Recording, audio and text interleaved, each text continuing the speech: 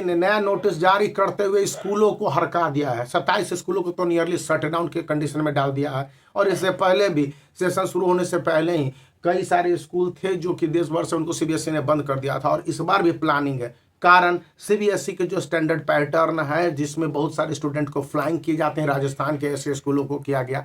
अब देश भर में यह एक पूरा ड्राइव चल रहा है कि जो फॉल्स सीबीएसई स्कूल है जो फ्लाइंग करवाते हैं और किसी तरह से वो मैनेज कर लेते हैं। मैनेज का मतलब आप समझते होंगे, फ्लाइंग कर रहे होंगे तो आप भी समझते होंगे।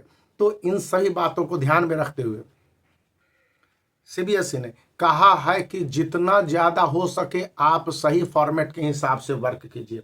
अब वर्क नंबर 1 है कि स्टूडेंट को उनके जो एक्चुअल रिपोर्ट्स होंगे, यानी कि अभी जो क्लास 12th के बोर्ड एग्जामिनेशन देने जा रहे हैं या क्लास 10th के बोर्ड एग्जामिनेशन देने जा रहे हैं, तो उनके 9th के मार्कशीट फाइनल और 10th के मार्कशीट को देखा जाएगा। परफॉर्मेंस के एग्जामिनेशन का कोई फोटोग्राफ्स है, इसी तरह से 11th और 12th के पूरे डेटाज को देखे जाएंगे। यही नहीं, सिर्फ इतना ही से मतलब नहीं है, उनके क्या प्रॉब्लम हुए थे किसी एक सेशन के दौरान, मार्क्स का जो आप देने वाले डिस्ट्रीब्यूशन कि किस तरह से उसको प्रैक्टिकल प्रोजेक्ट में मार्क्स दे देते हैं, 30 marks 20 out of 20 marks, 19 marks, 27 marks, 18 marks, ये कैसे आप देते जा रहे हैं। इसके पीछे के जरा सा पूरे नीति को समझने के लिए आपको 2-3 बात जो सीबीएसई ने खोद के निकाली है, जमीन गड़ा हुआ मुर्दा, उसमें कहा है कि आप मार्क्स किसी को दे रहे हैं तो कौन से 4 पैटर्न है और किन किन आधार पर दिया है। इसी बीच यदि आप बोर्ड एग्जामिनेशन की तैयारी में है तो क्लास 10th के लिए मोस्ट लाइकली क्वेश्चन बैंक काफ़ी उपयोगी है, जिसका कि इस वीडियो के डिस्क्रिप्शन में लिंक है, आप वहां से जाके परचेज कर सकते हैं।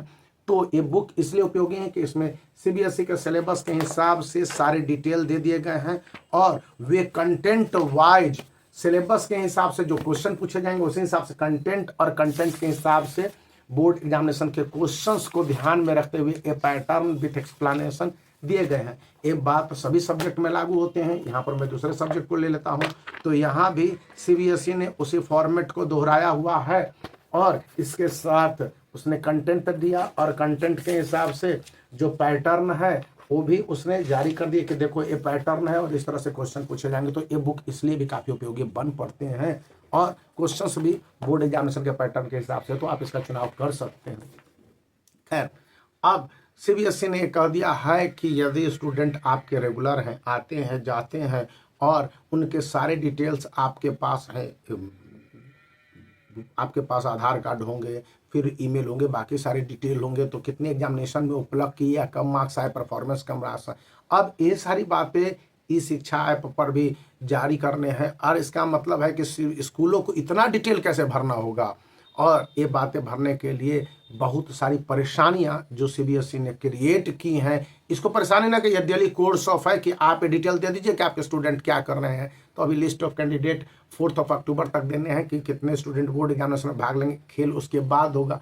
यानी कि फ्लाइंग स्टूडेंट के लिए बहुत बड़ा झटका सीबीएसई ने दे दिया है और यूं कह लीजिए झटके पे झटका है। तो ऐसे स्टूडेंट को बचने की जरूरत है। खैर, जो बोर्ड एग्जाम नहीं है उनके लिए कहा गया है कि आप क्लास 10th के हो, क्लास 12th के हो, डायरेक्ट एनसीईआरटी बेस्ड क्वेश्चन आएंगे, उसमें चिंता करने की नहीं बात है। तो आप उसी तरह से प्रिपरेशन कीजिए, लगे रहिए। Bye for now. वीडियो को लाइक कर सकते हैं, चैनल को शेयर कर सकते हैं, सब्सक्राइब करना याद रखें।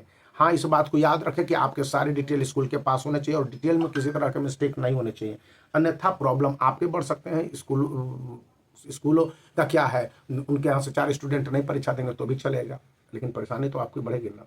इसलिए आप अपना स्थिति को क्लियर रखें। Bye for now. वीडियो को लाइक कर सकते हैं, चैनल को शेयर कर सकते हैं, सब्सक्राइब कर लिया।